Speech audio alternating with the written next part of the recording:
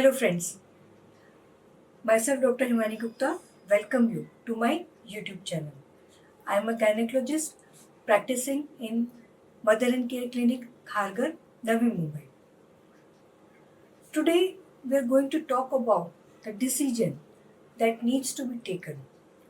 The decision is whether to remove ovaries along with the operation of hysterectomy, which is the removal of uterus, or keep the ovaries while doing the operation. See, the decision is pretty straightforward if the woman is menopausal and the ovaries are now atrophic. In this case, the total operation can be done. But the question arises when the woman is in perimenopausal age and the menopause has not yet come. Her age might be 40 years, 42 years, 45 years. In this case, if the ovaries are looking normal, it is safe to not remove them. But if they are looking diseased, then it is better to take out.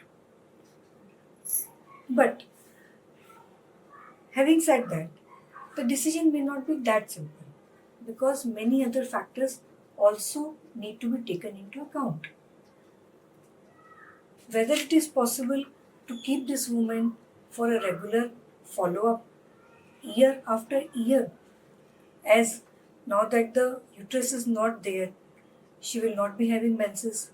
So, will she come for regular yearly sonography, which is required to see the health of the ovaries? That's a question that we need to ask.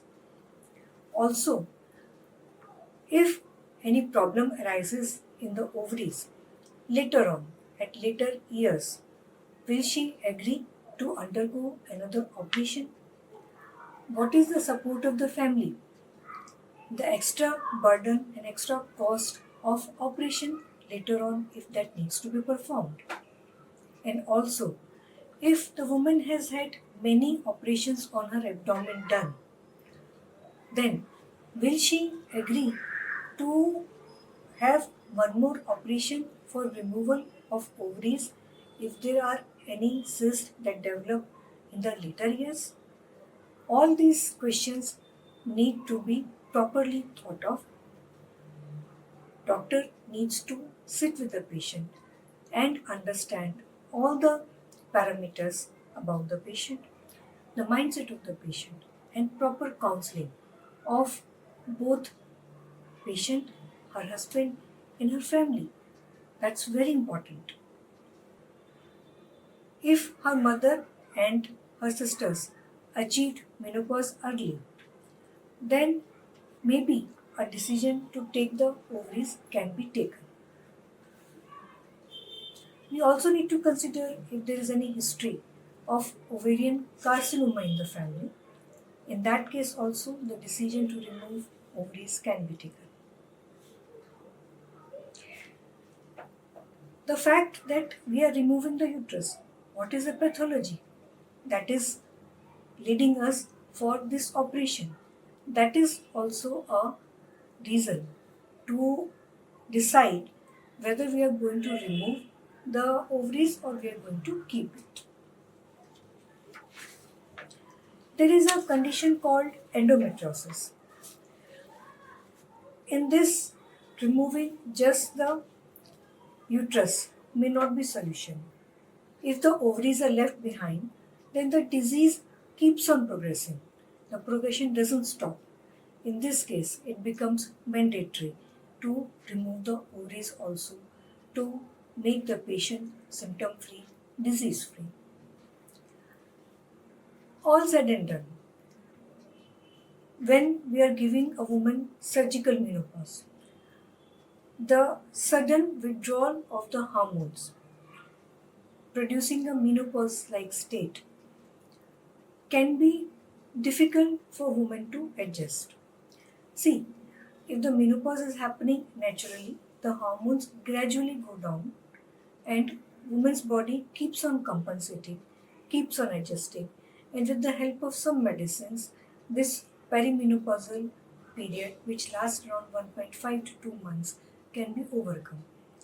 But if the menopause is happening by surgical method, then the sudden drop of the hormones may make the woman suddenly feel very irritable, mood swings might be there, hot flushes, and other symptoms of menopause she can experience just very soon after the operation.